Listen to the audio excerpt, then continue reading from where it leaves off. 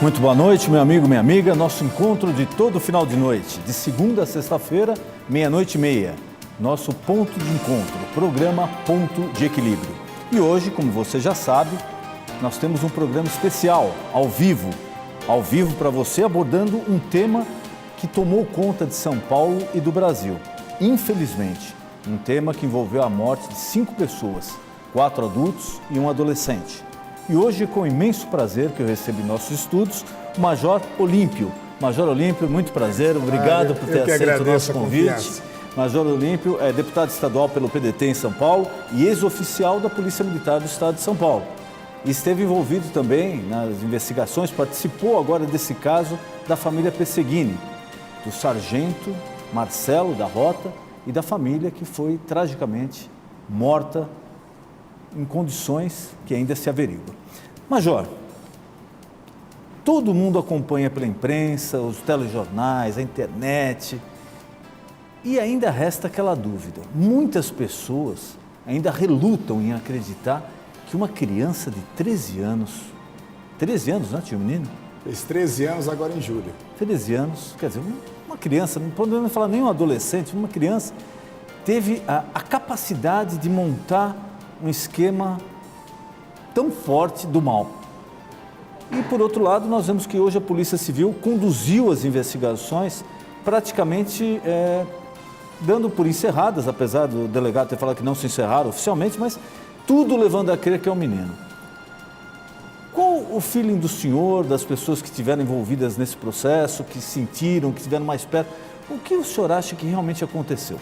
Missionário Denis, nossos telespectadores, é preciso muita cautela neste momento e aguardarmos efetivamente os laudos cadavéricos, as perícias que foram realizadas no ambiente, novos testemunhos sobre conduta, sobre aquele momento, eventuais gravações de câmeras nas ruas, porque eu estive no local, sou membro da Comissão de Segurança Pública. Nós tivemos a execução de 2 policiais, o sargento Pesseguini e a sua esposa, e 3 pessoas da sua família mortas.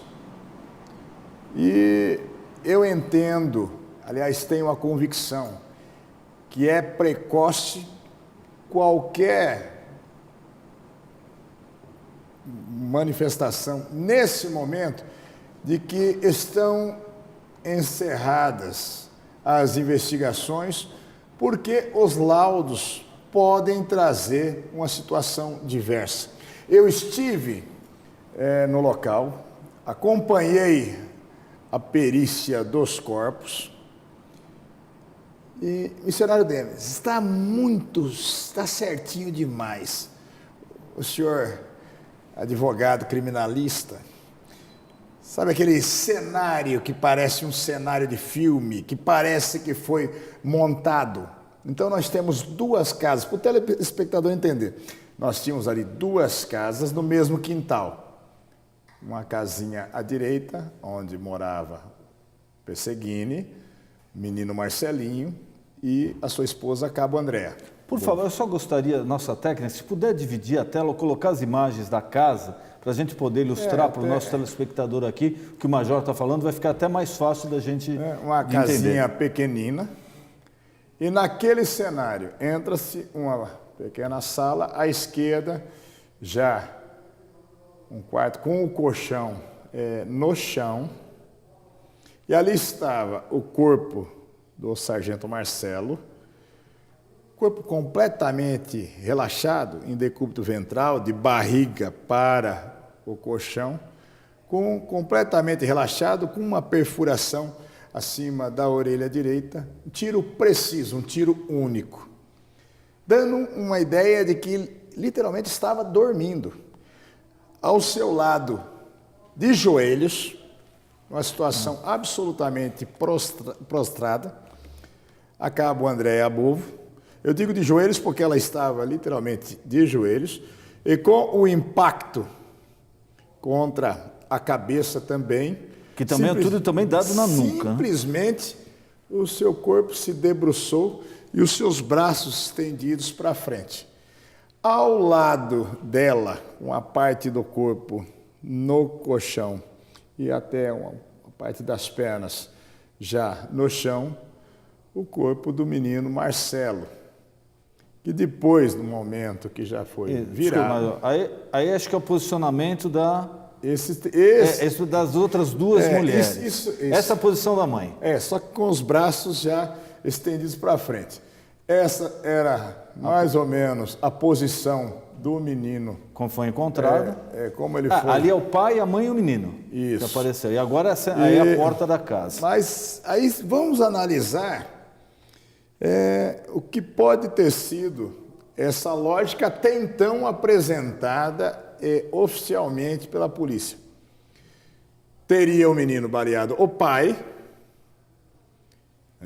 baleou a mãe, saiu da casa, andou uns 10 metros nesse pequeno quintal, abriu a porta, entrou na casa da avó, tinha uma salinha também pequena, logo à direita um quarto. Estava a avó deitada numa cama e numa cama ao lado a tia-avó. Ele também fez um único disparo contra a cabeça. Aí a ilustração da casa da tia-avó e da avó. Agora voltou para a posição do pai. E também as duas sem sinais aparentes de ter esboçado reação. Um disparo que tenha sido feito com a pistola .40, que é uma munição bem mais potente, por exemplo, que o convencional 38, revólver, que uma pistola 380, ela tem uma carga de propulsão bem maior. Acabou sendo adotado pela polícia brasileira, em especial pela polícia no estado de São Paulo, por ter o chamado stopping power, que seria o poder de parada, não é para matar, mas a capacidade teórica de tirar alguém de combate com um único disparo. É muito mais efetivo, portanto, ela tem uma carga de projeção muito maior. E o estampido, o barulho também é muito maior. Se assemelharia a um rojão. Então, numa madrugada, numa rua onde não passam ônibus, caminhões e etc., coisa que possa produzir ruído, 4 disparos, sem que 2 disparos realizados numa casa, sai e na outra, nenhuma das pessoas sequer acordou, ou se sentou, ou tentou ficar em pé e permaneceram exatamente como estavam.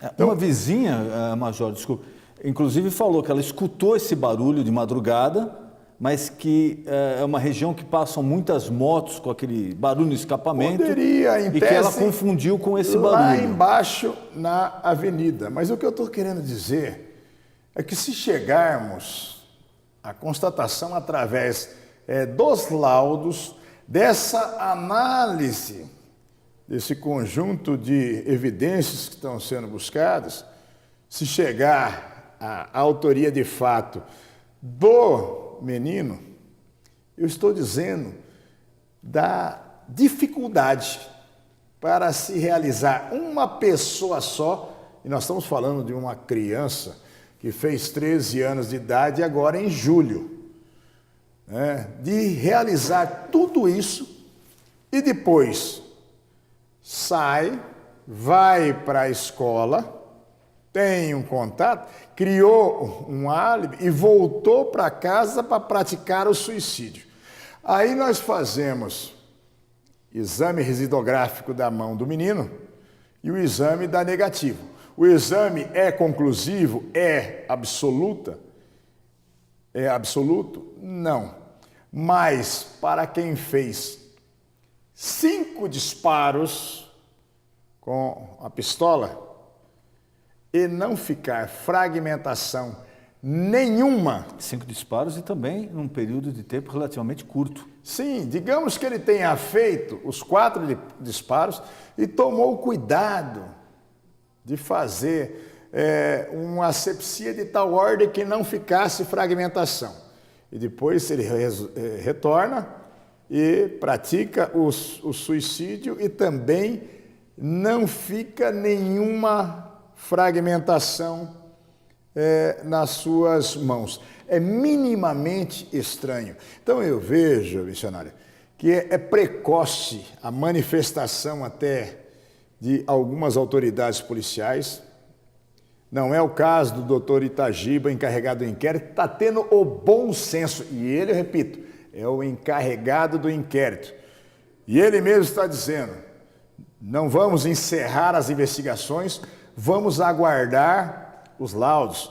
E aí existem manifestações que só o laudo cadavérico vai afirmar realmente a hora mais próxima que se deu à morte, a partir da rigidez cadavérica. E existe uma tese aí que há uma diferença, um lapso temporal maior entre a morte do sargento Pesseguini, do Marcelo, e da sua esposa Andréia. Se isso for constatado, derruba essa tese da execução, do deslocamento. Porque se tratava inicialmente de uma execução simultânea. Sim. Uma diferença muito pequena. Agora já estão falando de uma diferença de 6 horas. 6 horas. Né, entre a execução do sargento e da esposa. E aí nós precisamos ver. Como se fossem bonecos inertes, não houve qualquer reação das pessoas. Então é preciso também aguardar os laudos toxicológicos. Teriam sido sedadas as pessoas, ou porque, olha, tem informações que tomavam remédios para dormir, a vozinha e a tia-avó que estava na casa por ser depressiva. Então, meus amigos, nós temos que aguardar as provas, porque o quebra-cabeça literalmente não fecha. Parecem quebra-cabeças diversos, onde se está se tentando juntar num enredo só. Então, os laudos, não dá para afirmar com convicção, nesse momento, autoria.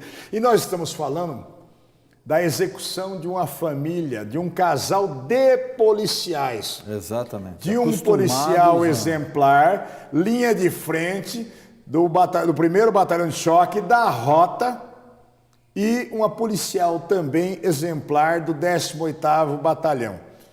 Olha, mas você está indo na direção da teoria da conspiração, que o crime organizado, desorganizado, vingança de policiais que, infelizmente, e nós temos também, acabam enveredando para o mundo do crime. Nós não podemos desconsiderar hipóteses.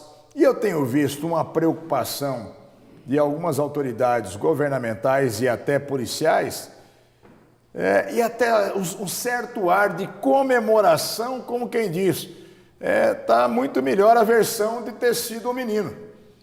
Não tem nada melhor, nada para comemoração.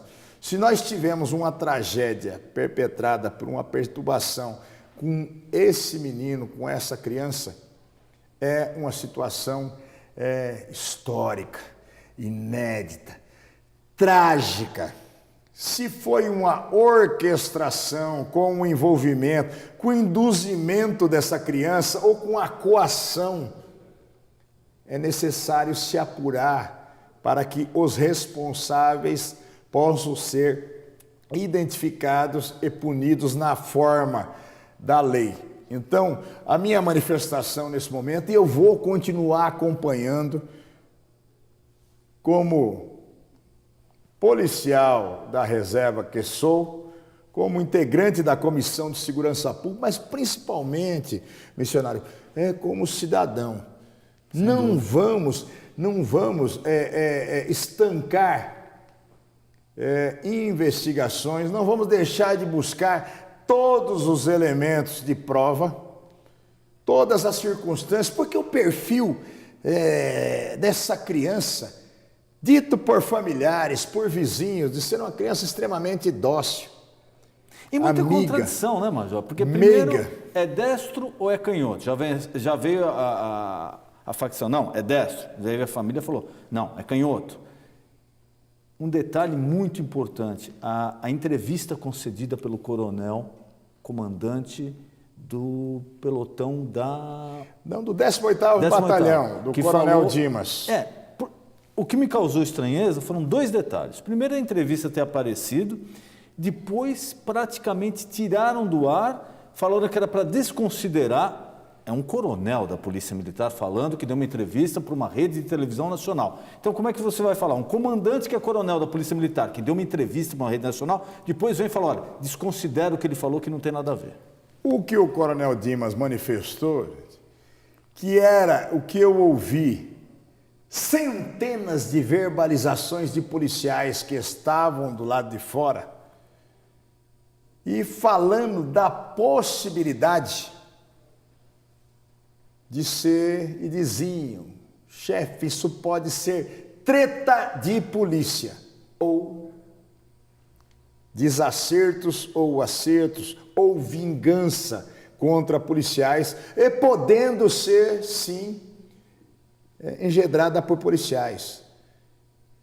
E mais de uma vez eu ouvi, e essas lógicas que não batem no ambiente, nos leva a pelo menos a interrogação se no jargão policial não fizeram a mão desse menino. Fazer a mão é fabricar um cenário para tentar induzir a responsabilização de alguém.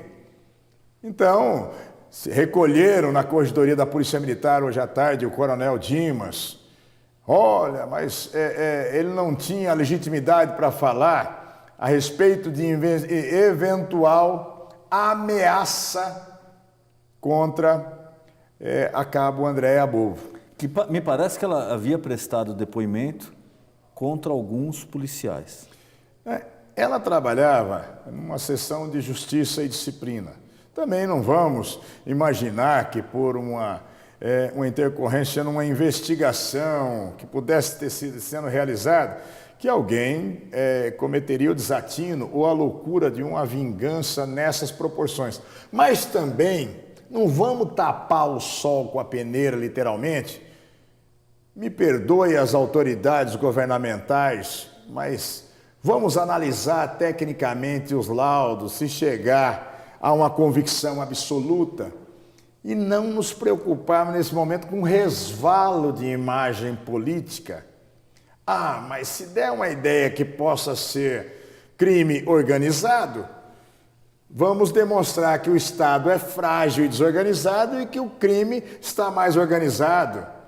Ou, se são policiais que possam estar envolvidos porque trilharam no caminho do mal e do crime, vai demonstrar uma falta de controle sobre a força policial. Nós não temos que demonstrar nada nesse momento. Tem que apurar a verdade. Em relação a isso. É chegar à verdade. Porque doer já dói para todos nós. Sendo o autor um menino, uma criança, eu vou dizer uma coisa. A precisão dos tiros. Eu sou instrutor de armas há mais de 25 anos. Sou instrutor do método Giraldi na Polícia Militar, fiz cursos em Israel, na Espanha, nos Estados Unidos. Um disparo em ponto certeiro na cabeça. E era um menino, por maior que fosse o transtorno, disparando contra a cabeça do pai, da mãe, da tia-avó e da vozinha do coração. As vizinhas e os amiguinhos diziam, eles têm uma paixão um com o outro de chegar a vozinha com 77 anos a jogar bola com ele ali no quintalzinho da frente de casa de tal forma, porque o sargento um dia trabalhando na rota, outro dia trabalhando no bico, porque os salários são miseráveis. A cabo Andréa trabalhando na administração todos os dias e a avó é quem ficava mais tempo efetivamente com ele quando não estava na escola.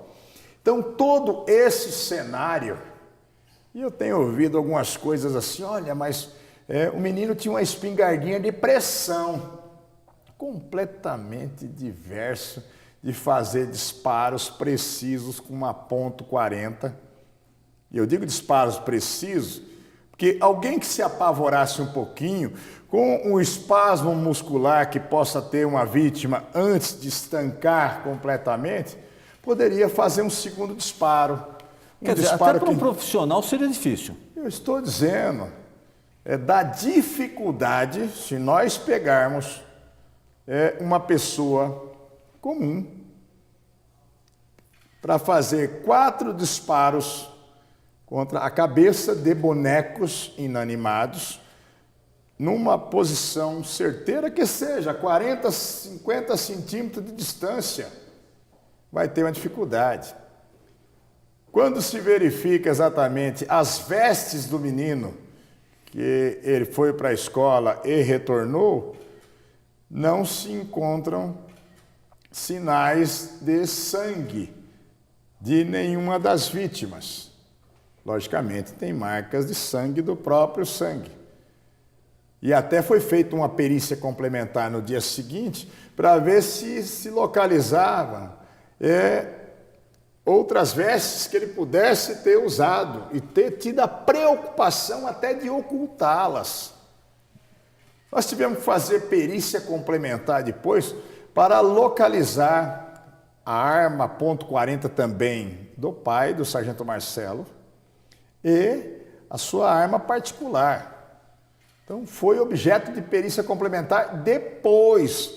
Mas também não dá para dizer, olha, não foi um roubo, porque as armas não foram levadas. Eu estou dizendo, não houve violação no ambiente.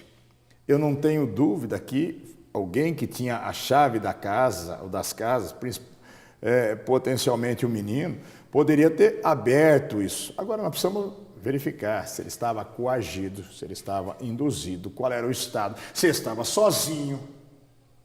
Porque isso explica aquela saída dele para a escola de carro? Eventualmente explicar, teria maior nexo dele pegar o carro, ir de madrugada, ficar horas dentro do carro? Alguém que sabia que esse menino sabia efetivamente dirigir, né? Teria esse menino um aparelho celular que ele não foi localizado.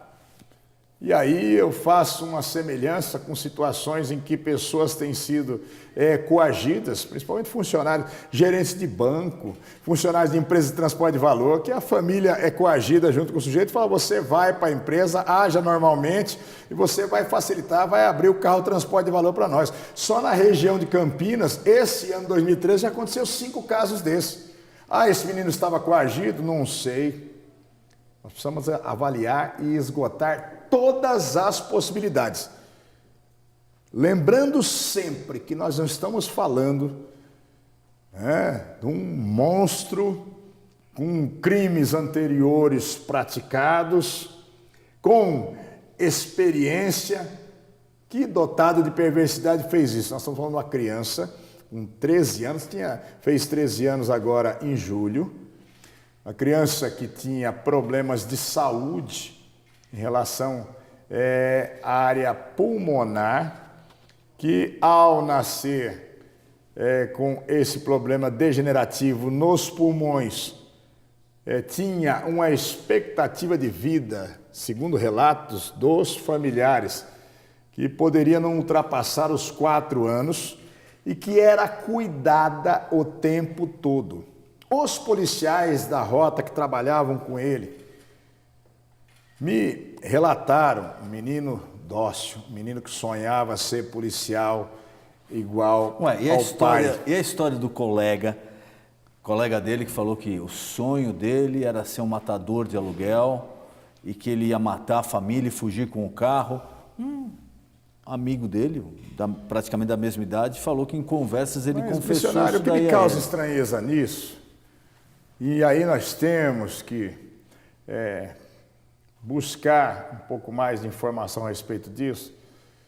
Se ele tinha manifestado isso para um amiguinho mais próximo, vamos saber, esse amiguinho verbalizou isso com a família deu conhecimento para a escola, porque é uma situação, olha, qual é a criança que em determinado momento ela ouve o não e ela fica indignada, principalmente na pré-adolescência, mas daí, às vezes até a verbalização de uma raiva imediata a concretização de uma coisa dessa ordem.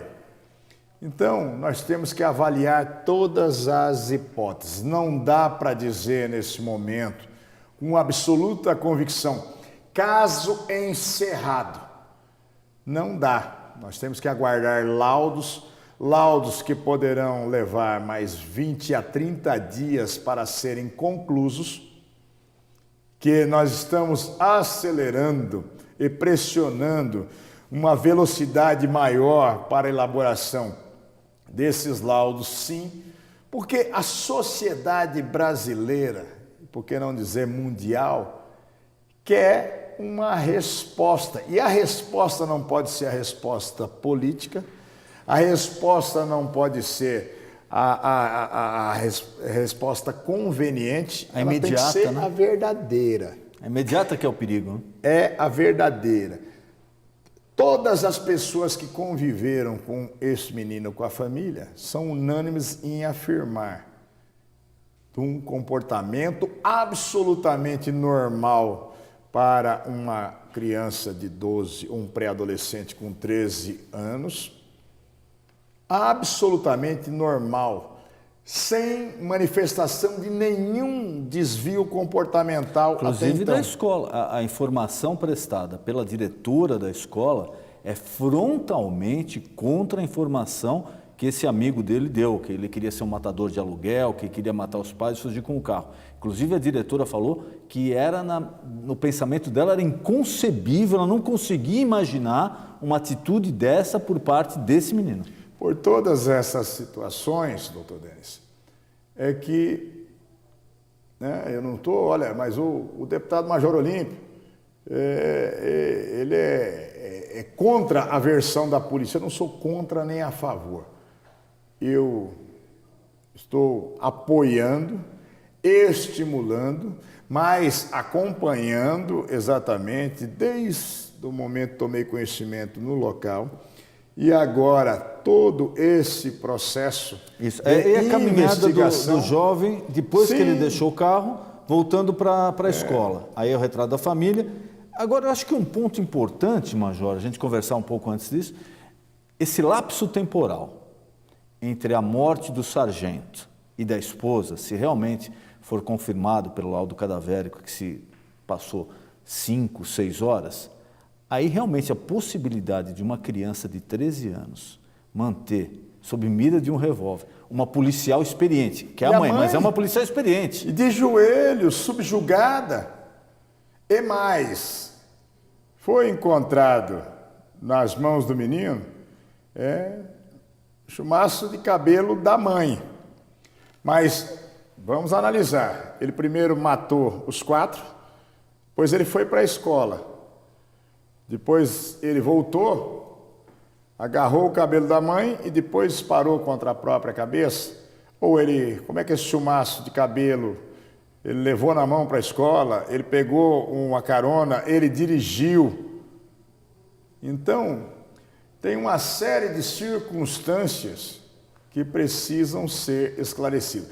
É possível esclarecer quando se vai na medicina forense, quando vai se estudar o local de crime, se diz o corpo fala, as manifestações, as reações, o cenário, eles podem levar a uma convicção, a um resultado muito mais próximo da verdade, sem a menor dúvida.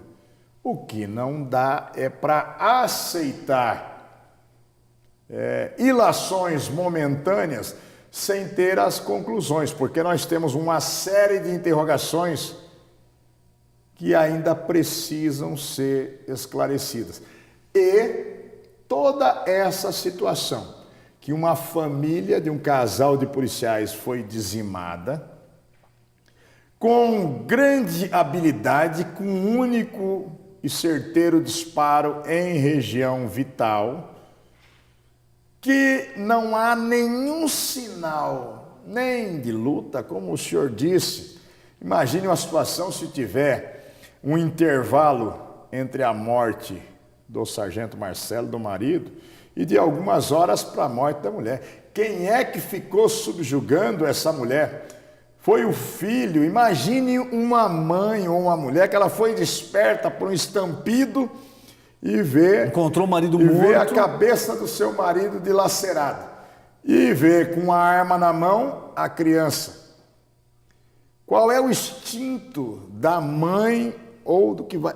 Ela vai se subjugar, vai ficar de joelhos ou vai tentar, ainda mais uma policial. Uma policial experiente. Não vai tentar desarmar o filho estando numa atitude translocada dessa e uma criança que ela cuida e cuidou em todos os momentos. Então, isso são interrogações que precisam ser adequadamente analisadas a partir de todas essas perícias. Nós não temos ainda o resultado concreto da perícia da arma, dos corpos, das vestes. Nós não temos do exame toxicológico para ver se as pessoas poderiam ter sido sedadas, a análise dos cadáveres, porque estar em rigidez cadavérica, estavam todos, inclusive o menino, porque acompanhei quando foi virado o corpo dele pela perícia para se fotografar, para se verificar todas as situações, né? Ele estava com os braços nessa posição, como se estivesse num abraço, que ele caiu sobre o corpo, e aí tem teses também dizendo, olha, mas alguém que dispara, né, contra a própria cabeça, que o tiro dele foi razoável do que ouvido, a né? arma fique sobre o corpo? É possível. Normalmente, com o recuo produzido pela própria arma, a tendência é que o deslocamento fosse para a lateral do corpo e não sob o corpo. É possível, por isso que precisa fazer uma análise minuciosa sobre o quadro encontrado. E nós não temos o resultado disso. Então, a minha preocupação nesse momento é exatamente em ter a certeza de que nós vamos ter uma apuração, digo nós, sociedade, baseada em laudos técnicos e não em nenhuma conveniência política momentânea ou uma satisfação pública. Se teve pessoa diversa dessa família dizimada no cenário, é preciso esclarecer. Se havia qualquer espécie de motivação em relação à vingança ou premeditação contra essa família, contra o casal de policiais, contra cada um dos policiais, em decorrência ou não das suas atividades profissionais ou pessoais, é preciso se esclarecer. O que não dá é para dizer caso encerrado. Major, o tiro no menino parece na região do ouvido. Perfeito. E os outros 4 tiros na nuca. Sim. E dos remédios foi encontrado no criado mudo do outro quarto da sala, entre a avó e a tia-avó, um tipo de um sonífero, um antidepressivo, uma coisa assim, que em tese, teria sido usado por elas. Quer dizer, a história, ela tem 2 vertentes. Eu, particularmente, o senhor tem mais experiência nisso, eu militei muito tempo no crime, mas o senhor tem mais experiência, como ex-policial, não me ocorre nenhum fato parecido. Você vê adolescentes que às vezes entraram num local, mataram 10 pessoas com uma metralhadora, é uma história. É diferente, um acesso de loucura ali matou. Mas uma premeditação desse tipo tão exata, o senhor lembra de algum caso parecido? Eu não me ocorre nenhum. Olha, eu não me lembro e acredito que se chegarmos, através dos laudos periciais, da análise de toda a investigação, na autoria única e solitária desse menino, é um caso inédito, né, na história mundial. 13 anos de idade e com essa precisão cirúrgica, com essa orquestração, montando esse enredo de se criar um álibi de sair de casa e depois retornar e daí decidir pelo suicídio. Sem a menor dúvida, será um fato inédito na história da medicina forense, da análise de criminologia, de transtornos que possam atingir um pré-adolescente. Por isso que eu entendo que avaliações precipitadas ou por conveniência devam ser levadas com reserva. Vamos aguardar os laudos, vamos acelerar esses laudos e vamos analisar à luz dos laudos, das provas testemunhais que foram colhidas ou que possam ser colhidas. Você leviano de dizer, olha, o amiguinho criou uma história sobre isso, mas foi apenas um dos amigos da idade dele e no momento do transtorno que verbalizou essa história. Pessoas ligadas à família, amigos, professores, pessoas conviviam com ele. Pessoa, um menino brincalhão, que ele vive o tempo todo contando piadas, extremamente carinhoso. Dizem os amigos do pai policial, o sonho dele era ser policial. Quer dizer, totalmente diferente. Um amigo fala, olha, não, mas o sonho dele era ser matador de aluguel. Ele tinha armas de plástico, ele fez um escudo escrito choque de papelão. O pai era sargento do choque. Lógico. Então, achar que isso poderia ser um sintoma de um grande transtorno psicológico, eu entendo, não acho que é precoce nesse momento. Não vamos desconsiderar situação nenhuma. Só não vamos concluir se nós não temos elementos para isso. Isso é a minha preocupação. E no carro, Major? No carro, parece que ele parou o carro, depois ele voltou de carona. Mas antes de voltar, ele fez a carona parar novamente perto do carro. Me parece que ele voltou lá, retirou algum objeto de dentro do carro e depois continuou com carona para voltar para casa. No carro foi encontrado alguma outra coisa, alguma outra prova? Foi encontrado luvas, que até, olha, então ele teria... Ali é onde ele parou o carro, Isso. Né? E passou 4 ou 5 horas de madrugada. Aí ele saiu do carro, estacionado do outro lado da rua, Sim. E ele está andando a pé. Aí ele está indo para a escola. Depois, quando ele volta da escola de carona, é que ele pede para o carona parar perto do carro, retira alguma coisa e continua. E na mochila dele, encontrada na casa, além de um revólver 32 que foi do avô, não pegou as armas do pai, tinha só um revólver do avô, nós tínhamos 6 rolos de papel higiênico. Então a mochila, quando aparece grande, cheia, a mochila tinha rolos de papel higiênico ali dentro. Também não consigo fazer qualquer tipo de avaliação sobre isso, só que uma situação, no mínimo, para ser observada, o porquê disso, o porquê estava naquela circunstância. Então, nós temos aí, nesse quebra-cabeça, coisas que, para serem respondidas nesse momento, tenhamos que analisar todos esses laudos, essas testemunhas, ser considerado todas essas testemunhas, eventuais denúncias, e aí eu estou falando num programa de grande audiência, não o trote pelo trote, informações que muitas vezes nos chegam pelo Disque Denúncia, e que fazendo também ilações ou suposições ou acusações que são descabidas, mas pessoas que possam saber de evidências que pudessem colaborar para esse quadro, seja da forma que for, é muito bem-vinda que entre em contato com o Departamento de Homicídios e Proteção à Pessoa, qualquer distrito policial, 190 da Polícia Militar, o Disque Denúncia 181.